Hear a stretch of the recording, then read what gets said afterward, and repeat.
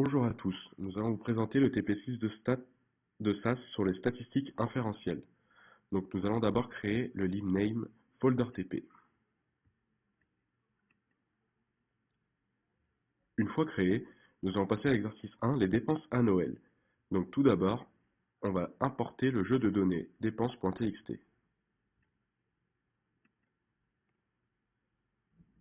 On peut voir qu'il a bien été importé via une étape data avec l'idée, la taille, la dépense, la CSP et le fait d'être pratiquant ou non. Ensuite, nous allons passer du coup à la question 2, description des variables, avec un proc dataset. Qu'est-ce qu'on peut voir avec ce proc dataset? Entre autres, le nombre d'observations qui est de 60 ou le nombre de variables qui est de 5. Question 3. On va passer du coup entre est-ce que les familles pratiquantes dépensent plus à Noël que les familles non pratiquantes? Donc, on va faire d'abord la présentation graphique des variables dépenses et pratiquants. Il faut toujours trier les datasets avant de faire un proc boxplot. C'est ce qu'on va faire tout de suite avec le proc sort.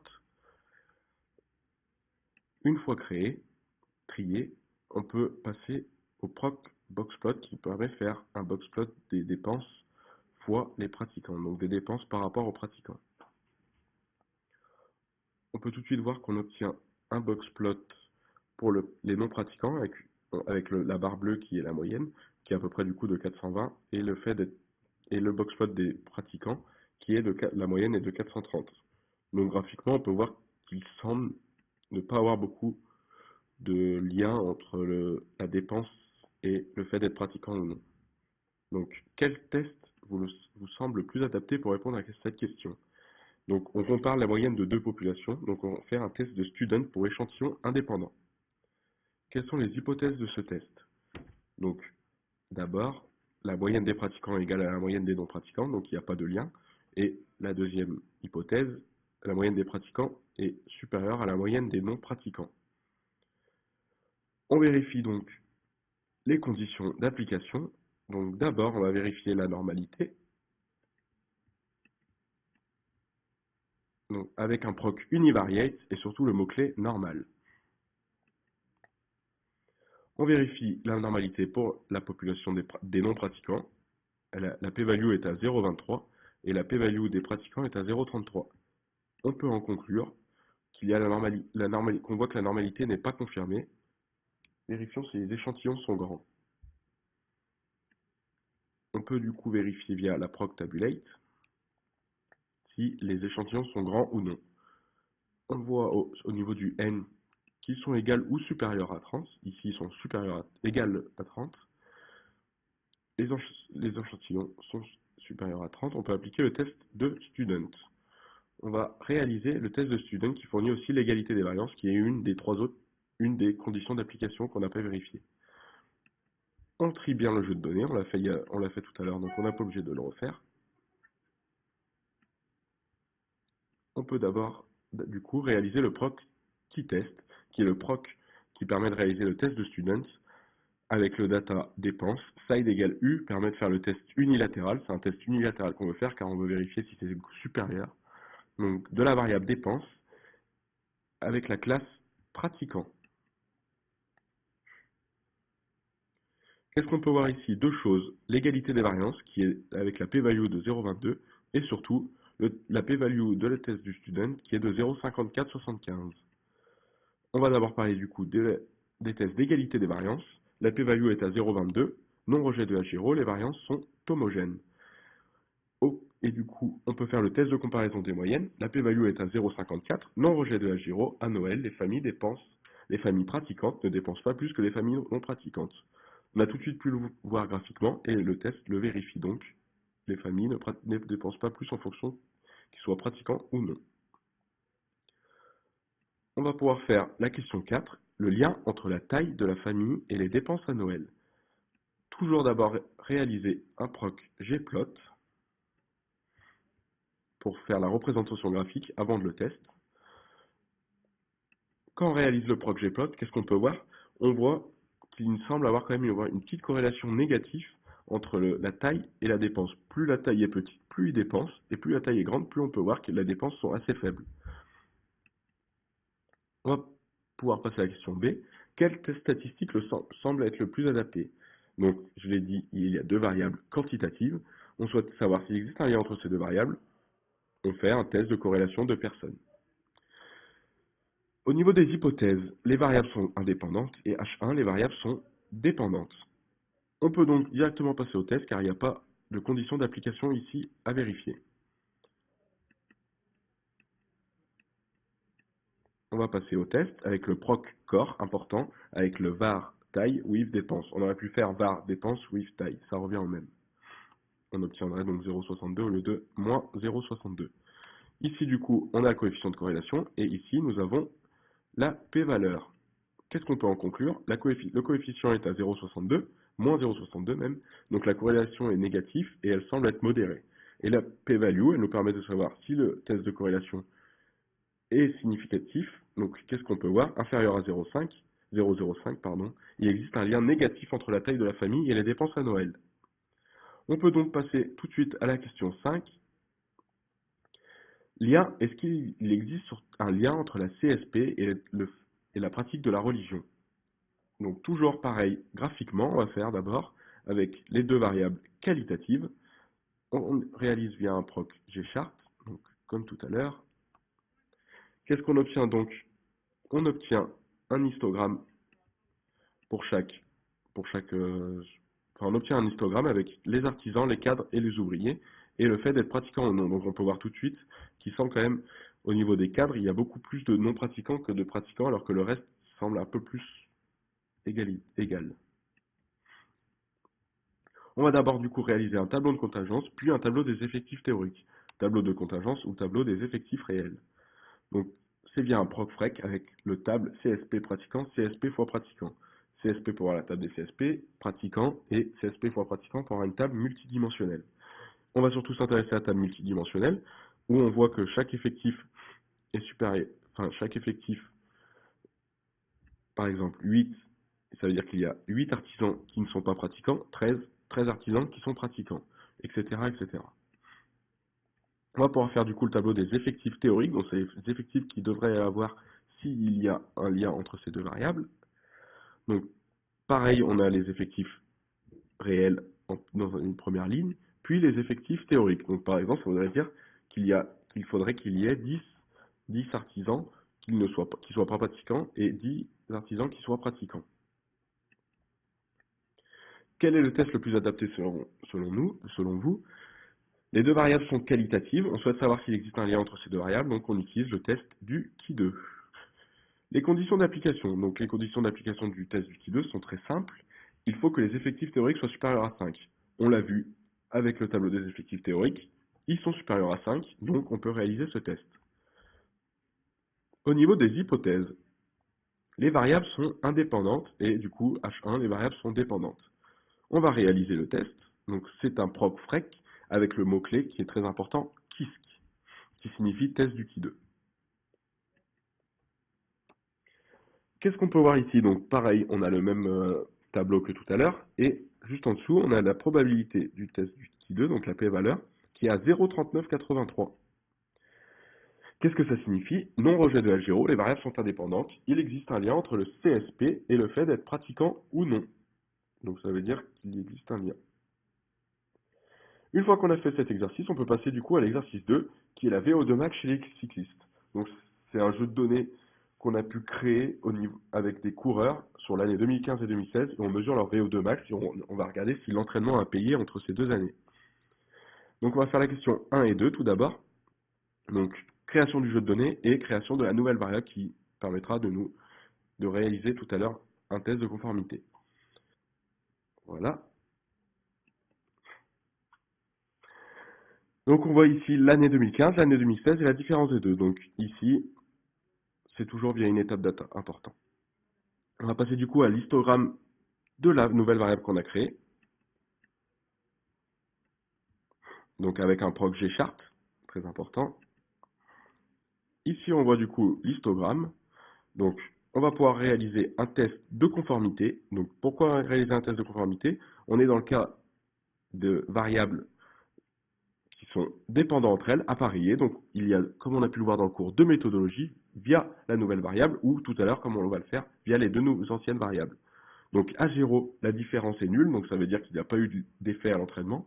Et supérieur à 0, la différence est supérieure à 0, ça veut dire qu'il y a eu un effet entre 2015 et 2016 et qu'il y a eu une amélioration de la VO2 max.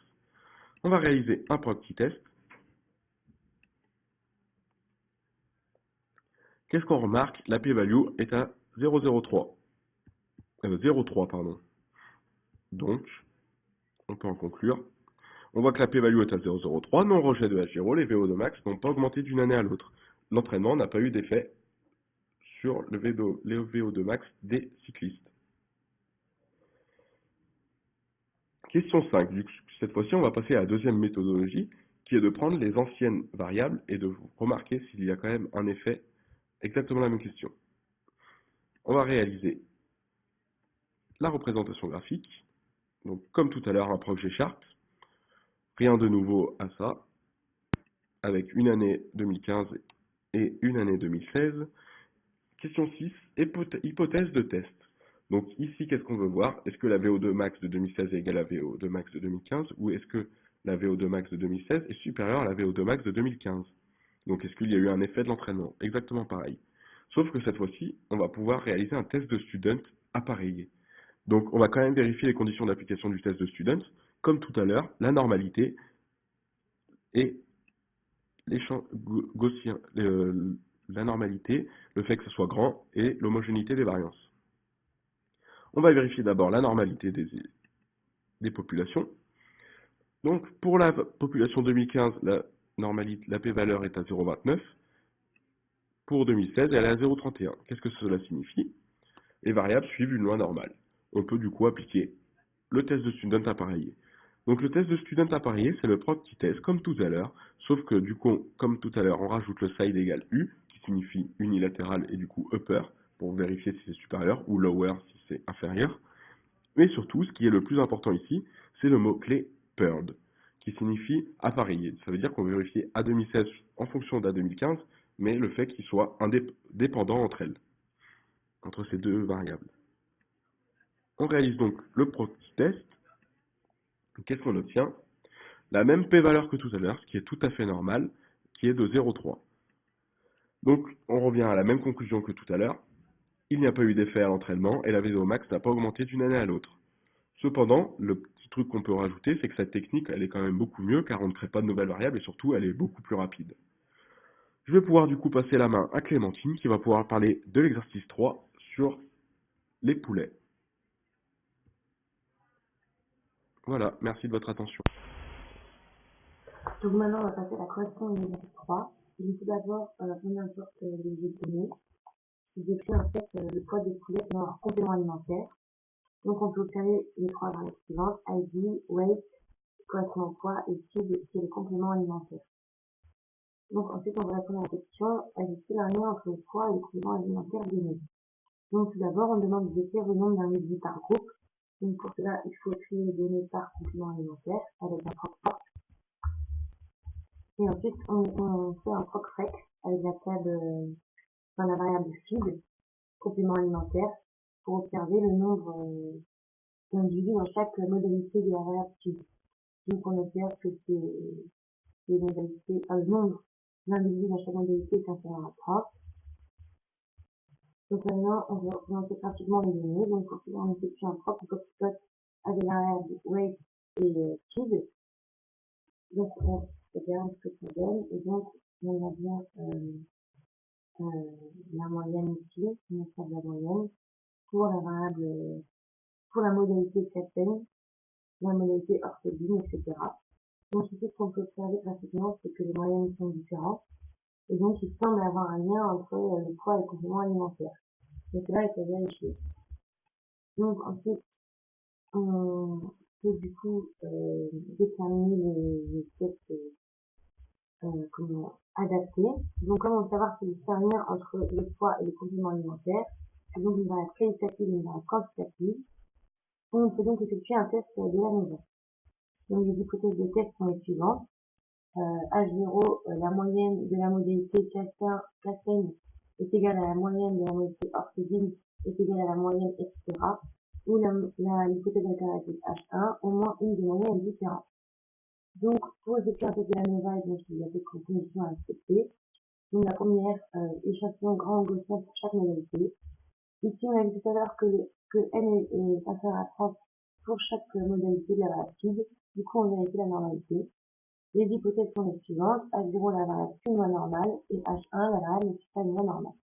Donc, pour cela, on fait un propre univariate normal plot sur la variable poids et part complément alimentaire, et on sélectionne seulement la table test par normal ici. On exécute. Et donc, on peut observer les tests de Shapiro pour chaque modalité de la variable phi. Donc, pour Kalten, par exemple, la p-value est égale à 0,25. Et on peut le voir pour chaque modalité de la variable phi. Donc, on a regardé ça attentivement et on rejette à 0 pour chaque modalité, donc les échantillons égaux. Donc, la première condition est respectée.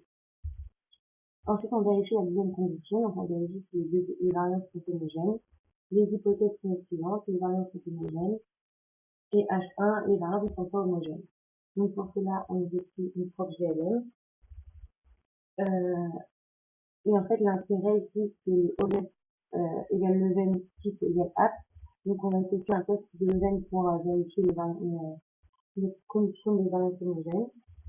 Et pour cela, en fait, on va créer une table rêve avec les variables résidus et prédits. Du coup, on va exécuter ça. Et on peut, du coup, observer le test de Leven. Test de Leven pour l'homogenéité de la valence rate, ANOVA, etc. Donc, la p-value est supérieure à 0,05, donc on ne rejette pas à 0. Et les variances sont donc homogènes. Donc, la deuxième condition est respectée.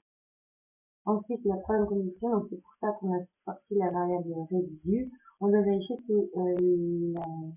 la normalité des résidus. Donc pour cela, on effectue encore un propre univariate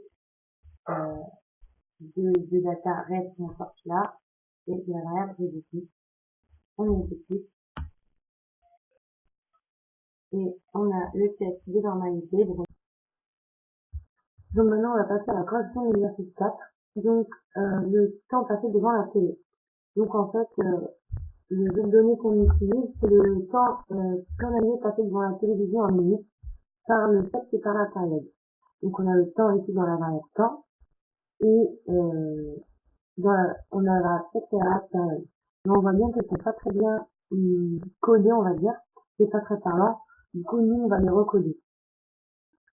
Pour importer le jeu de données, on a utilisé un proc import, et au lieu de spécifier en fait notre chemin ici, on l'a spécifié dans le timeline qui s'appelle fichier. Voilà. Donc, ensuite, pour recoder les modalités, donc pour la variable sexe, on va le faire de la façon suivante. La modalité 1 deviendra la modalité homme, la modalité 2 deviendra la modalité femme. Et pour la variable période, la modalité A deviendra la modalité A moins de 20 ans, B, 20, 30 ans, etc.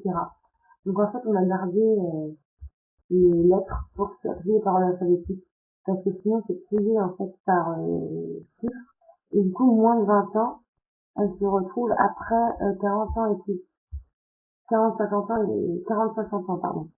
Et du coup, c'est pas très joli dans les graphiques, et voilà. C'est pour ça qu'on a gardé ces lettres. Donc, pour recoder les variables, on va utiliser une méthode data. Donc, pour recoder la variable texte, on crée une variable record text secondaire 15. On sélectionne la variable texte qu'on veut modifier. Et donc, quand texte en fait vaut 1, record text va valoir homme. Et quand texte vaut 2, record text va valoir femme. Et sinon, la modalité record text prendra la valeur de la variable texte. Donc, on peut exécuter ça. Hop. On voit bien que la modalité 1 a pris la valeur homme dans record text et 2 la valeur femme. On va faire de même pour la variable record période. Donc on l'a créé, pareil, de manière 15, on fait telle période, et on associe notre modalité souhaitée à la variable recode période qu'on vient de créer. On va voir comment ça rend. Donc voilà. Et donc maintenant, on se retrouve avec une variable, donc c'est pas très joli. Nous, on a décidé de supprimer les variables texte et période, et ensuite de renommer ces variables-là, texte et période. Mais bon, c'est pas très important, c'est juste pour que ce soit plus joli, on va dire. Voilà. Donc, on supprime les variables avec un drop, et on renomme les variables avec un rename. Donc, on va faire ça en même temps. Hop. Voilà, donc je trouve avec trois variables, période, texte et temps. Donc maintenant, on va pouvoir répondre à la question. Le genre est là d'influencer le temps passé à regarder la télévision. Donc tout d'abord, on va décrire les données. Donc nous, on trie toujours les données par les variables qu'on veut. Donc ici, c'est période et texte. Donc en fait, ça trie pour chaque modalité de la variable période et de la variable texte. On veut observer ici le nombre d'observations, les moyennes et les écarts-types dans chaque croisement de modalité qu'on vient de voir. Donc pour les femmes moins de 20 ans, pour les femmes 30 ans, etc. Donc c'est là on réalise une proximité. Donc ici on a choisi le nombre de décimales égal à 2, enfin le max de décimales égal à 2. On veut savoir le nombre d'observations, les moyennes et les écarts-types. Donc ici on le titre de cette type. Et on veut les moyennes par texte et période sur la variable temps. Enfin, les moyennes et les écarts-types sur la variable temps. Donc ici, comme indiqué dans le TP, on fait une table folder TP, donc c'est notre username, point moyenne, c'est le nom de notre table. Et donc on sélectionne en fait notre variable moyenne, en fait on aura besoin pour notre représentation graphique. Donc on va d'abord regarder les proximités. Donc on a bien le nombre d'observations, la moyenne et l'écart-type pour le croisement de modalité, texte égale femme et période égale moins 20, à moins 20. Ici on a pareil, texte égale femme, période égale 2, 20 à 30 ans, etc. Donc on l'a pour chaque croisement de modalité. Et les données qu'on a importées sont les suivantes. Le croisement de modalité et la moyenne associée. Donc, on va voir tout de suite à quoi ça nous sert. Donc, c'est pour la représentation graphique. On fait un proc plot. Donc, ici, on a de la moyenne en fonction du sexe. Et en fait, ça, ce sera la piste. Ça, non, ça, c'est l'ordonnée, pardon. Ça, c'est la piste. Et ça, c'est ce qui sera annoté sur le graphique. Donc, la façon suivante. Voilà. Donc, on a un ordonnée, on a les moyennes. En applique, on a les sexes. Et on veut savoir, enfin, on peut observer en fait facilement que chez les femmes, le temps moyen à passer à l'atelier est plus élevé chez les plus de 60 ans que chez les 30 à 40 ans. Alors que pour les hommes, le temps moyen est assez est compris entre 50 et 70. Mais bon, il est quand même plus élevé chez les 30 à 40 ans. Donc, nous, ce qu'on va savoir, c'est si le temps et le sexe influent sur le temps passé à regarder la télé. Donc, le texte qui est adapté à nos données, en fait, c'est un ANOVA à deux facteurs, puisqu'on a une variable quantitative qui est le temps, et deux variables qualitatives à ça, et deux modalités pour la période et les textes. Donc, pour réaliser l'ANOVA à deux facteurs, on va vérifier d'abord les conditions d'application de ce test. Donc, il faut vérifier la normalité des résidus.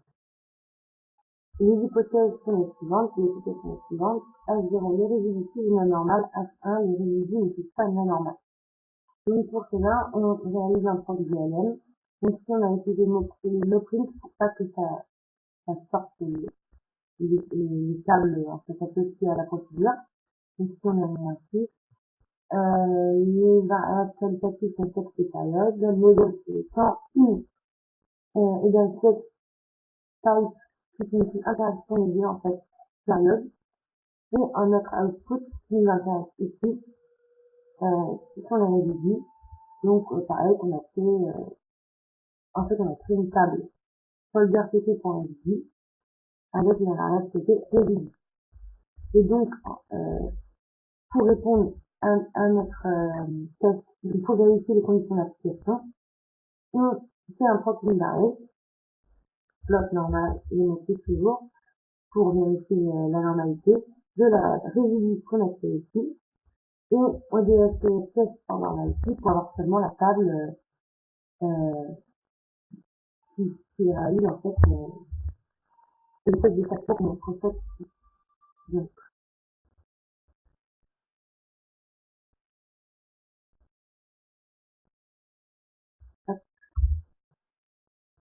voilà, excusez-moi. Donc, la value est supérieure à 0,5 ou ne rejette pas à 0 et réduit sous une normative. Donc, la condition est respectée, donc on peut effectuer un test de la longueur à deux facteurs.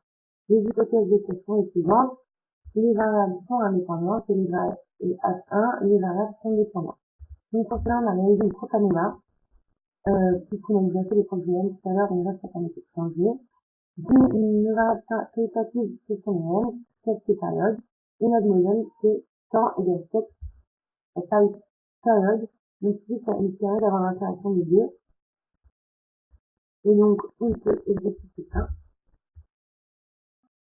Donc, on a bien notre value affectée à la modèle, donc elle est inférieure à 0,05.